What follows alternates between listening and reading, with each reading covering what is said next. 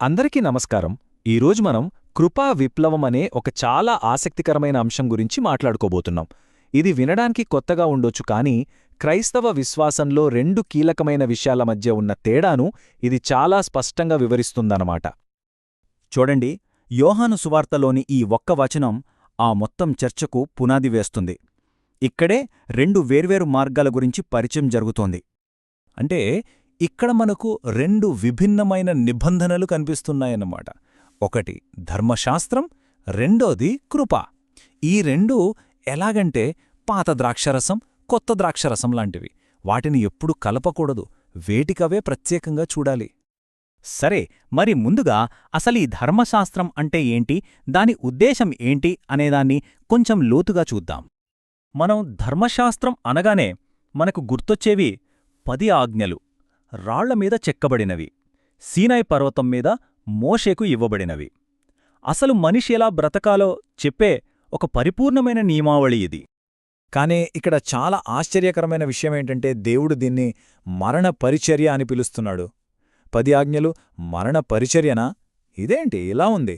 దాని వెనుకున్న కారణమేంటో చూద్దాం. దీన్ని అర్థం చేసుకోవడానికి ఒక మంచి ఉదాహరణుంది. ధర్మశాస్త్రం ఒక అద్దం లాంటిదట. ఇప్పుడు మనం అద్దం ముందు నిల్చుంటే మన ముఖం మీదేమన్నా మచ్చలున్నా, మురికి ఉన్నా అద్దం చాలా స్పష్టంగా చూపిస్తుంది. కాని ఆ అద్దంతోనే మనం ముఖం గడుక్కోగలమా? లేదు కదా. సరిగ్గా అలాగే ధర్మశాస్త్రం మనలో ఉన్న తప్పుల్ని, లోపాల్ని చూపిస్తుంది తప్ప వాటిని సరిచేసే శక్తి దానికి లేదు. ఇశ్రాయేలీల ప్రయాణాన్ని గమనిస్తే ఈ మార్పు మనకు చాలా స్పష్టంగా కనిపిస్తుంది.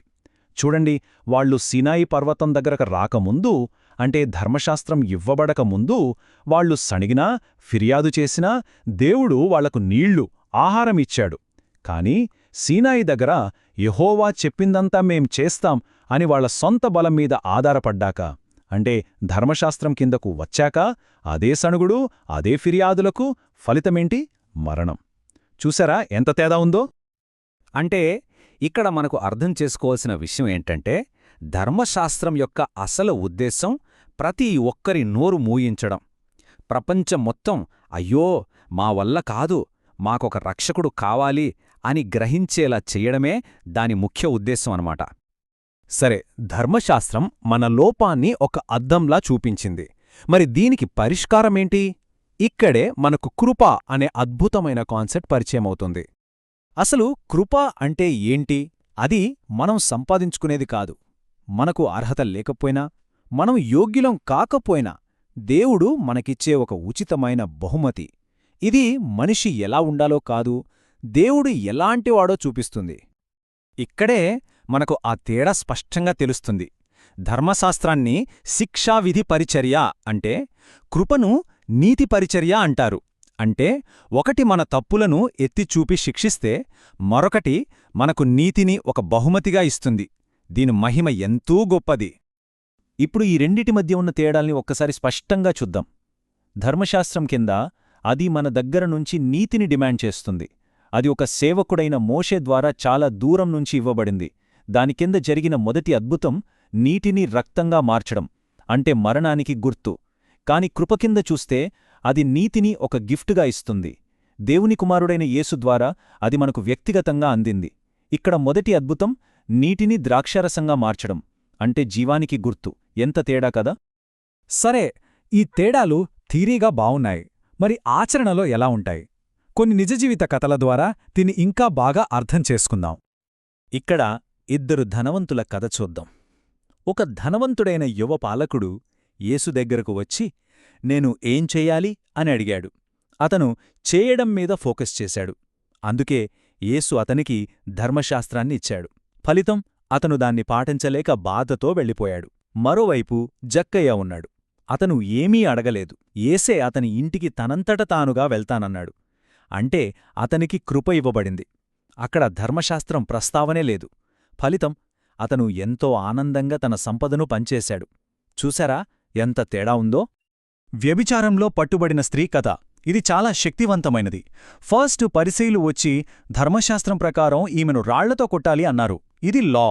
ఆ తర్వాత యేసు ఆమెకొక బహుమతి ఇచ్చారు, నీకు శిక్షావిధి లేదు అని. ఇది గ్రేస్. ఆ బహుమతి పొందాక ఆమెకొచ్చిన శక్తితో ఆయన ఇక వెళ్ళి పాపం చేయవద్దు అన్నారు. ఆర్డర్ చూశారా? ముందు క్షమ, ఆ తర్వాత శక్తి.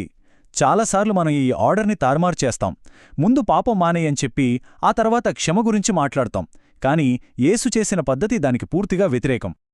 అందుకే దీన్ని కృపా విప్లవం అంటారు. నీతి అనేది మనం కష్టపడి సాధించేది కాదు, అది దేవుడిచ్చే బహుమతిని కేవలం స్వీకరించడం. ఈ ఒక్క ఆలోచన మన మొత్తం దృక్పథాన్ని మార్చేస్తుంది. సరే, ఇదంతా విన్న తర్వాత మనలో చాలామందికొక్క ప్రశ్న వస్తుంది. కృపమీద ఇంతగా దృష్టి పెడితే ఇక శిక్ష భయం లేదని ప్రజలు ఇంకా ఎక్కువ పాపం చెయ్యరా? ఇది చాలా సహజమైన సందేహం. కాని దీనికి బైబులిచ్చే సమాధానం చాలా ఆశ్చర్యకరంగా ఉంటుంది. అపోస్తుడైన పౌలేమంటాడంటే, మీరు ధర్మశాస్త్రం కింద లేరు, కృప కిందే ఉన్నారు, కాబట్టి పాపం మీద పెత్తనం చెయ్యదు. అంటే కృప పాపానికి లైసెన్స్ ఇవ్వడం కాదు, అసలు పాపం అధికారాన్నే వెరగ్గొట్టే శక్తి కృపకే ఉందని ఇక్కడ చెప్తున్నారు. అంటే అసలు పాయింట్ ఏంటంటే, నిజమైన పశ్చాత్తాపం అంటే మనసు మార్చుకోవడం అనేది శిక్షకు భయపడి వచ్చేది కాదు. దేవుడు ఎంత మంచివాడో అనుభవపూర్వకంగా తెలుసుకున్నప్పుడు ఆ మంచితనమే మనల్ని మారుస్తుంది. దీనికొక బలమైన చారిత్రక ఉదాహరణ కూడా ఉంది. మొదటి పెంతకోస్తు రోజు అంటే ధర్మశాస్త్రం ఇవ్వబడిన రోజు 3000 మంది చనిపోయారు. కాని కొత్త నిబంధనలో పరిశుద్ధాత్మ లేదా కృప వచ్చిన పెంతకోస్తు రోజు 3000 మంది రక్షించబడ్డారు. చూశారా, ఒకటి మరణాన్నిస్తే ఇంకొకటి జీవాన్నిచ్చింది. సో ఈ మొత్తం చర్చ నుండి మనం నేర్చుకోవాల్సిన కీలకమైన విషయాలేంటంటే, ధర్మశాస్త్రం మనలో ఎంత మంచివాళ్లనైనా సరే శిక్షకు పాత్రులుగా చేస్తుంది, కాని కృప మనలో ఎంత చెడ్డవాళ్లనైనా రక్షిస్తుంది. నీతి అనేది మనం సాధించాల్సిన ఒక స్టాండర్డ్ కాదు, అది మనం స్వీకరించాల్సిన ఒక బహుమతి. శిక్షావిధి పాపానికి బలాన్నిస్తే, కృప పరిశుద్ధంగా జీవించడానికి బలాన్నిస్తుంది.